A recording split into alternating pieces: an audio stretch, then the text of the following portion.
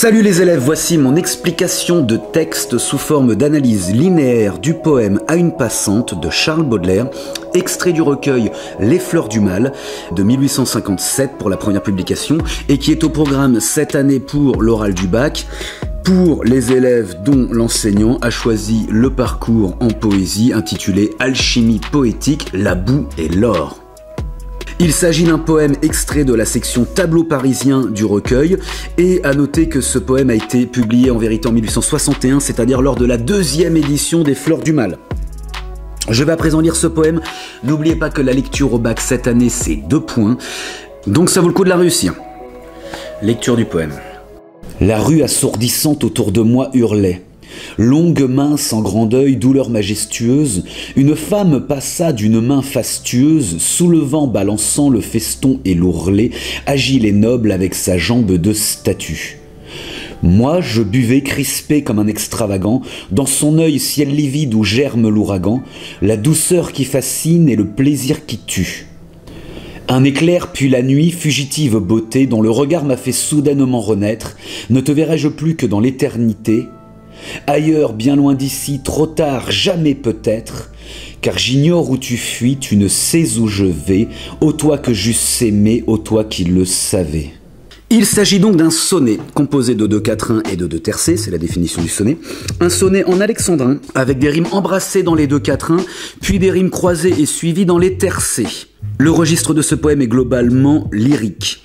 Il s'agit d'une scène de rencontre qui n'en est pas une en vérité, il s'agit plutôt d'une scène de non-rencontre amoureuse, car il y a bien un coup de foudre amoureux, mais à aucun moment le poète et le personnage de la passante ne vont échanger un seul mot. En vérité, ce qu'ils vont échanger, c'est plutôt un regard, et c'est à travers ce regard que le poète va faire vivre la scène.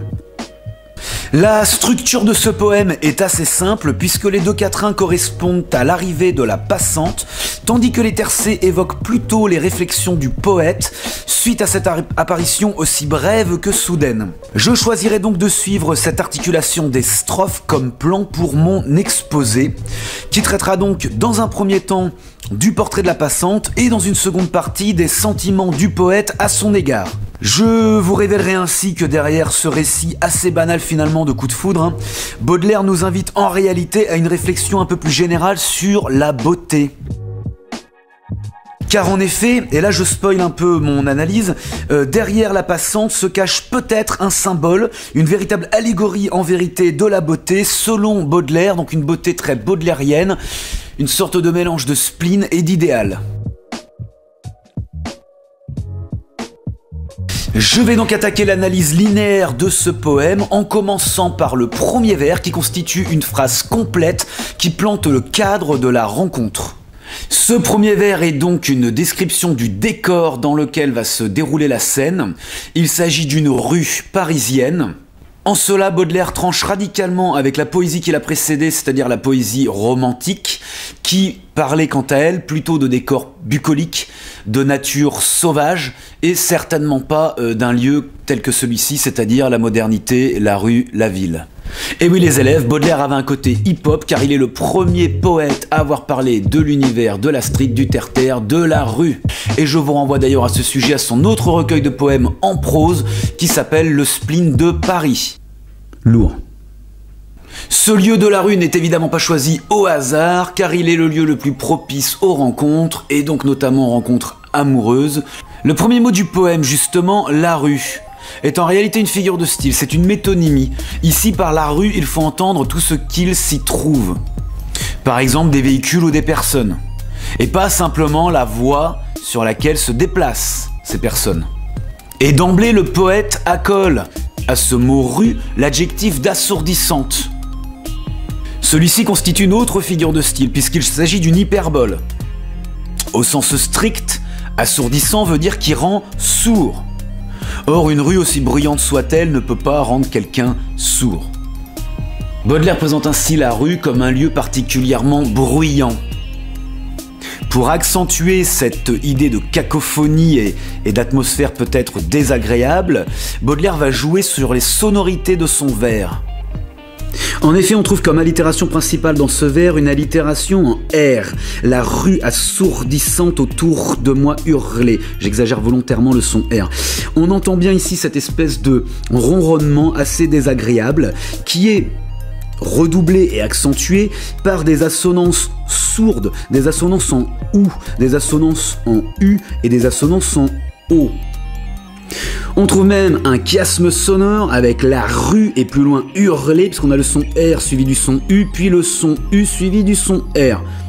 Toutes ces figures sonores sont là pour illustrer et renforcer l'idée de cacophonie, donc de la rue assourdissante. Je ne vais pas m'arrêter longuement sur le pronom moi qui désigne ici le poète et qui donc dès le premier vers s'inscrit au sein de ce récit et au sein de cette rue au milieu de laquelle il semble se trouver.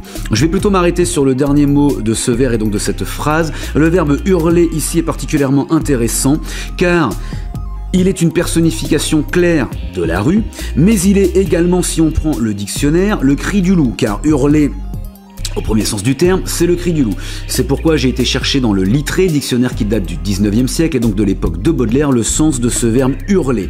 Mais dans le Larousse également, on retrouve cette idée du cri du loup, voire éventuellement parfois du chien. Alors pourquoi je retiendrai surtout le cri du loup ? Eh bien parce que le loup est un animal inquiétant qui connote peut-être à tort d'ailleurs la férocité et la violence.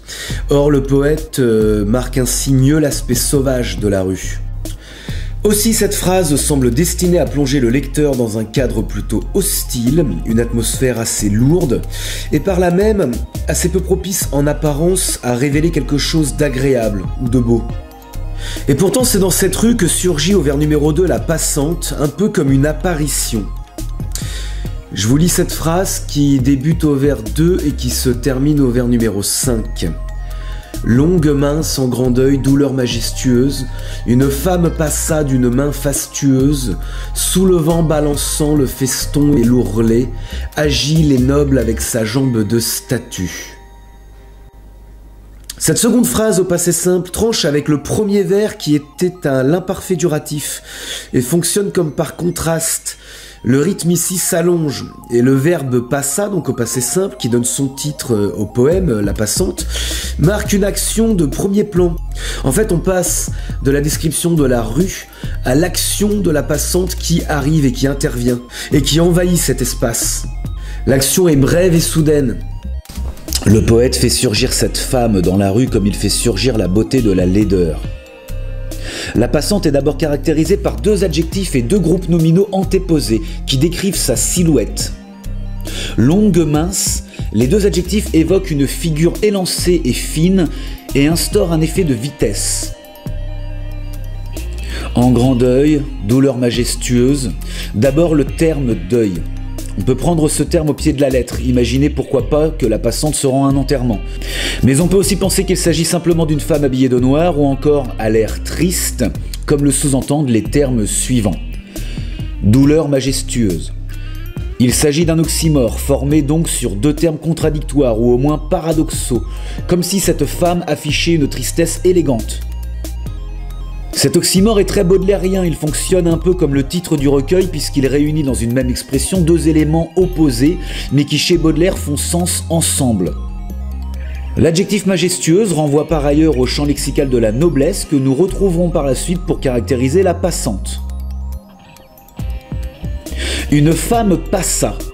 Voici le sujet et l'unique verbe conjugué de la première phrase qui donne son titre au poème. Le passé simple, nous l'avons déjà dit, marque la rapidité de ce passage.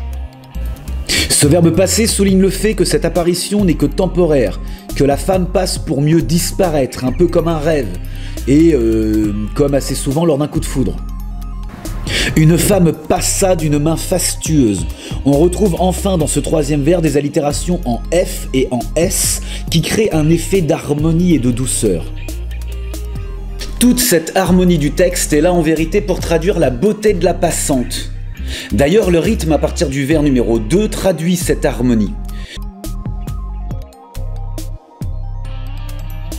Une main fastueuse. Fastueuse renvoie au champ lexical de la noblesse évoqué précédemment. Le poète ne voit qu'une seule main, comme il ne verra ensuite qu'un seul œil et qu'une seule jambe. Ceci traduit le fait que la passante doit passer de profil, mais fonctionne aussi comme autant de blasons qui caractérisent cette femme. Vers suivant. Sous le vent, balançant le feston et l'ourlet. On trouve à nouveau une allitération en S, mais aussi une rime interne en an, qui traduit à nouveau une certaine harmonie, une douceur. Je vous laisse chercher le sens des mots feston et ourlet, qui font référence à des parties de la robe. Cette seconde phrase du poème s'achève au vers numéro 5 avec « Agile et noble avec sa jambe de statue ». Ce vers est fondé sur une opposition entre agile et statue. On peut parler à ce titre d'antithèse ou encore de paradoxe. On retrouve le champ lexical de l'aristocratie avec l'adjectif noble. L'adjectif agile, quant à lui, traduit une certaine légèreté déjà évoquée précédemment, notamment avec les participes soulevant, balançant. La jambe de statue peut être interprétée de différentes façons. Le complément du nom de statue crée une métaphore avec le mot jambe. Il s'agit certainement d'une jambe blanche, mais aussi digne d'être sculptée du fait de sa beauté. On peut également penser qu'il y a là une référence à la beauté classique, c'est-à-dire une beauté figée, une beauté absolue, une beauté ordonnée, beauté symétrique. Pensez par exemple au château de Versailles, pensez aussi aux sculptures. Mais cette beauté classique est mouvante, elle bouge. Baudelaire écrit en pleine période romantique. On sait que les écrivains romantiques rejetaient les règles classiques et leur esthétique formelle. Mais Baudelaire conserve certaines caractéristiques classiques, comme par exemple la forme fixe de ce poème, qui est, nous l'avons vu, un sonnet.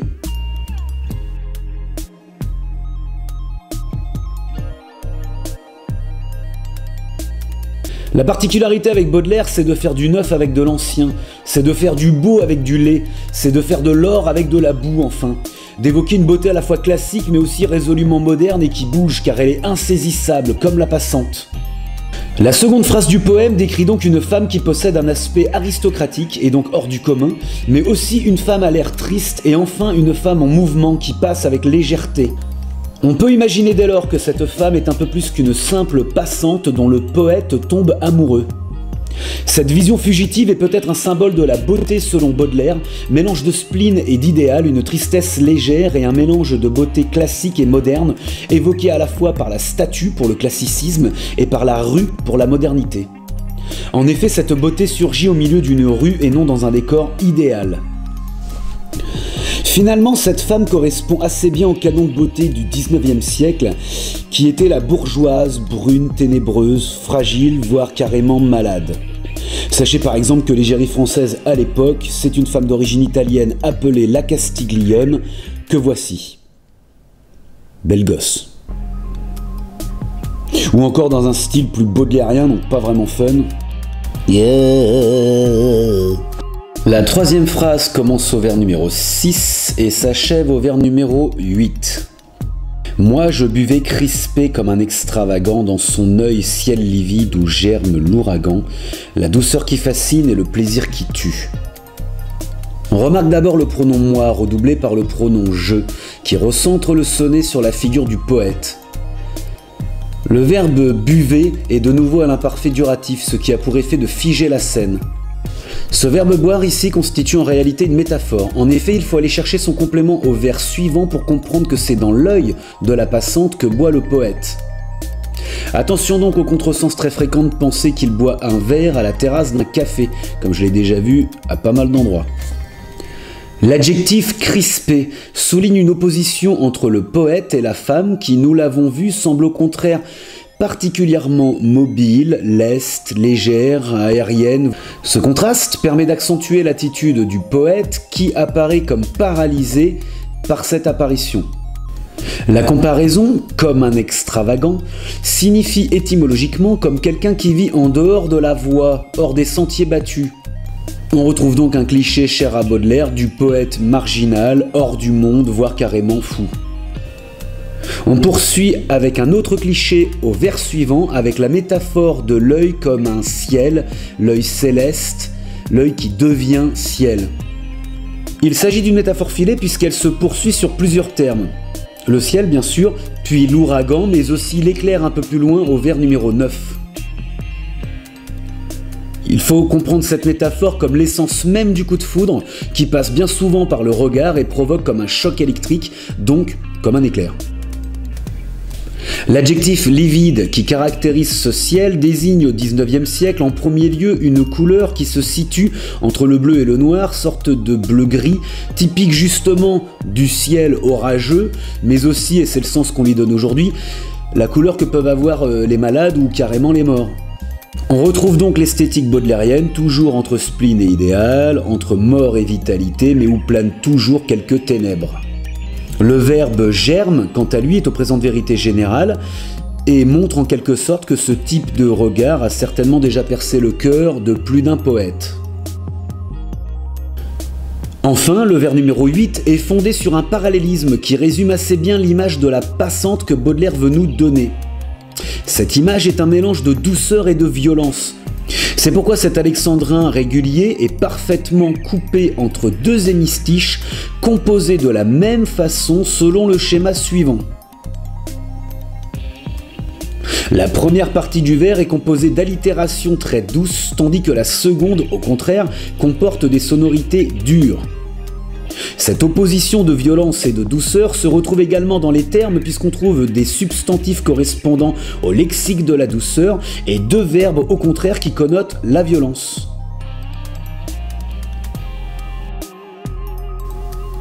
Du coup, on peut dire que ce vers qui désigne la passante mêle violence et douceur à travers deux antithèses ou deux oxymores qui allient ces sensations pourtant contraires. La passante est remarquable, belle, envoûtante, mais aussi dangereuse car cette beauté peut faire perdre la tête au poète. Le dernier mot en ce sens est significatif. Tue, puisqu'il renvoie au champ lexical de la mort, encore une fois cher à Baudelaire pour qui la beauté porte en elle toujours quelque chose de morbide. Nous allons maintenant aborder la deuxième partie du poème qui coïncide avec la deuxième partie de cette analyse, puisque nous arrivons au tercet. Désormais, la passante est passée et sa description qui se déroulait dans les deux quatrains laisse place à présent aux réflexions du poète. À partir de maintenant, le rythme du poème s'accélère et la ponctuation expressive va témoigner du grand bouleversement qui agite le poète. Un éclair puis la nuit. Cette antithèse de la lumière et de l'obscurité traduit le choc brutal ressenti par le poète. Le point d'exclamation renforce également cette idée d'émotion forte. Les points de suspension, quant à eux, témoignent de la rapidité de cette manifestation furtive qui n'a duré que quelques secondes. Encore une fois, la passante n'est apparue que brièvement pour mieux disparaître à la manière d'un ange ou d'un fantôme. D'où l'expression suivante, fugitive beauté. Périphrase qui désigne la femme en insistant sur deux éléments, sa beauté et son aspect éphémère. Baudelaire semble vouloir dire que la beauté parfaite n'est pas de ce monde mais peut nous apparaître, en tout cas apparaître au poète, lors de rares et brefs instants de grâce, comme lors d'un coup de foudre. Mais cette beauté demeure insaisissable, et c'est pour ça qu'elle fascine tant le poète. Fugitive beauté dont le regard m'a fait soudainement renaître. Le vers suivant est une proposition subordonnée relative qui complète le mot beauté et précise la nature de l'éclair du vers numéro 9. Cet éclair en effet a jailli du regard de la passante, de cet œil livide évoqué précédemment. Ce même regard qui au vers numéro 8 pouvait tuer. Plaisir qui tue, rappelez-vous, ici a le pouvoir de faire renaître. Renaître soudainement. L'adverbe renforce l'idée de rapidité de ce coup de foudre, de cette violente émotion qui traverse le poète. La passante porte donc en elle la vie aussi bien que la mort, la capacité de créer comme celle d'anéantir. N'oubliez pas que cette femme incarne la beauté selon Baudelaire et qu'il faut donc l'entendre aussi en ce sens. On retrouve donc encore une fois l'ambivalence chère aux fleurs du mal, cet entre-deux entre le bien et le mal, entre la beauté et la laideur, entre la vie et la mort, cette capacité à faire avec de la boue de l'or.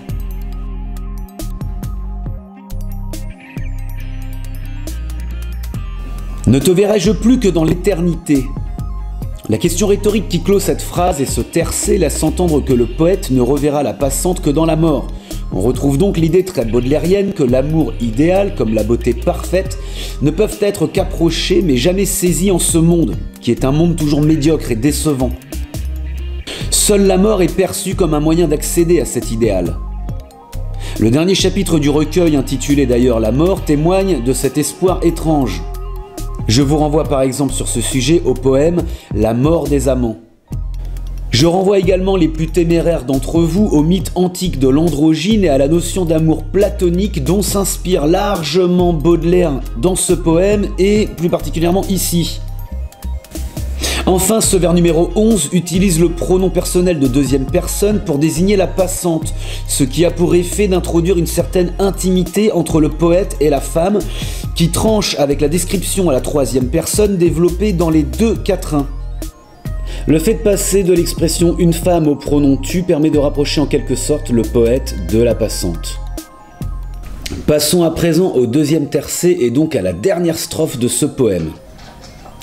Ailleurs, bien loin d'ici, trop tard, jamais peut-être, car j'ignore où tu fuis, tu ne sais où je vais, ô toi que j'eusse aimé, ô toi qui le savais. On remarque tout de suite la ponctuation très expressive puisqu'on compte pas moins de 4 points d'exclamation. Il s'agit donc d'une véritable envolée lyrique. Comme un cri du cœur, le poète laisse exploser son émotion. Le vers 12 développe une gradation qui part de considérations spatiales à des considérations temporelles, évoluant toujours vers l'impossible. On part de ailleurs pour aller bien loin d'ici, de trop tard à jamais. Cette figure traduit le sentiment d'impuissance du poète déjà anéanti par l'idée de ne plus voir la passante. En tout cas de ne plus la voir dans ce monde, rappelez-vous le vers précédent. Notez également que l'adverbe jamais est en italique car le mot est souligné dans le manuscrit de Baudelaire qui veut donc insister sur ces impossibles retrouvailles.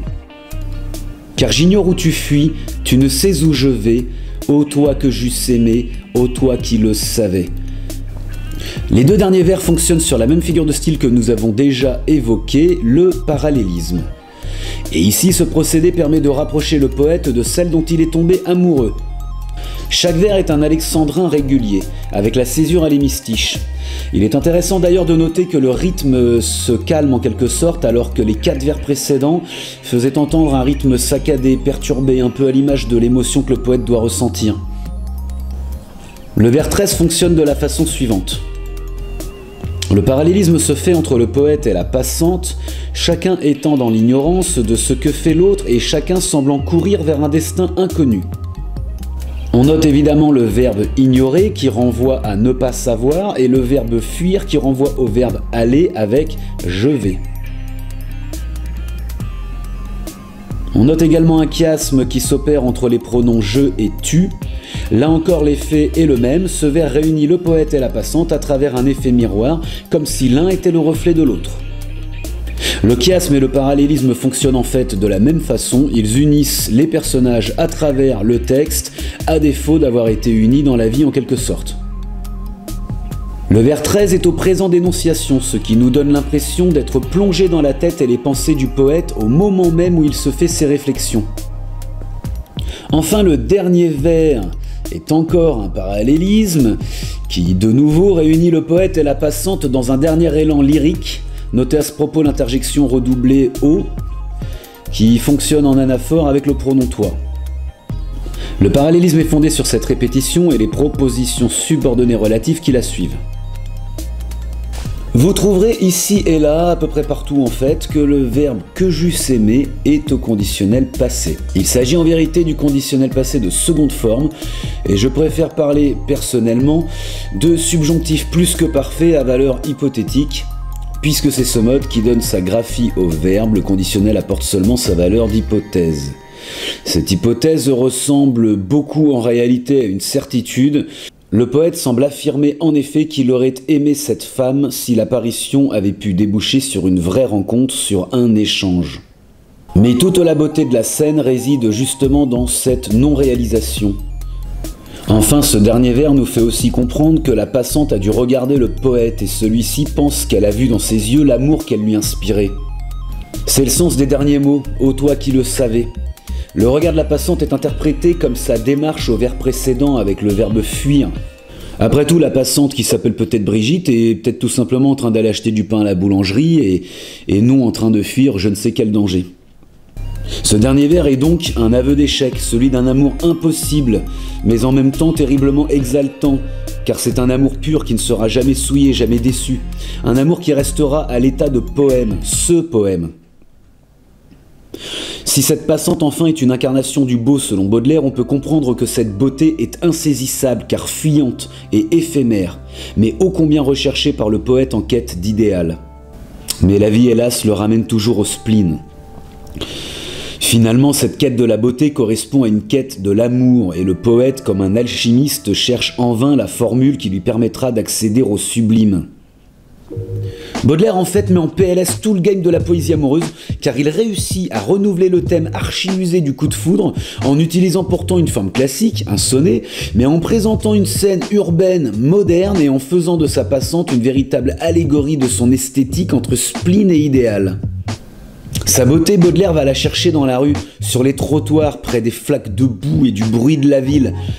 C'est là que cette beauté se révèle à lui comme on tombe amoureux d'une inconnue. Cette scène si banale devient alors sublime et doit amener à une réflexion sur l'amour, en même temps qu'elle dévoile le goût tout baudelairien pour une beauté à la fois moderne et classique, entre ténèbres et obscurité, entre spleen et idéal, entre vie et mort, une beauté à la fois proche et inaccessible, une beauté triste enfin, mais une tristesse triomphante, pareille à cette passante. Cette explication de texte d'À une passante est maintenant terminée. Si ce travail vous a plu, n'hésitez pas à mettre des pouces bleus ou encore à vous abonner à cette chaîne si vous souhaitez être tenu informé de la sortie des prochaines vidéos. C'était le prof de français, on se retrouve bientôt pour d'autres analyses. Salut les élèves!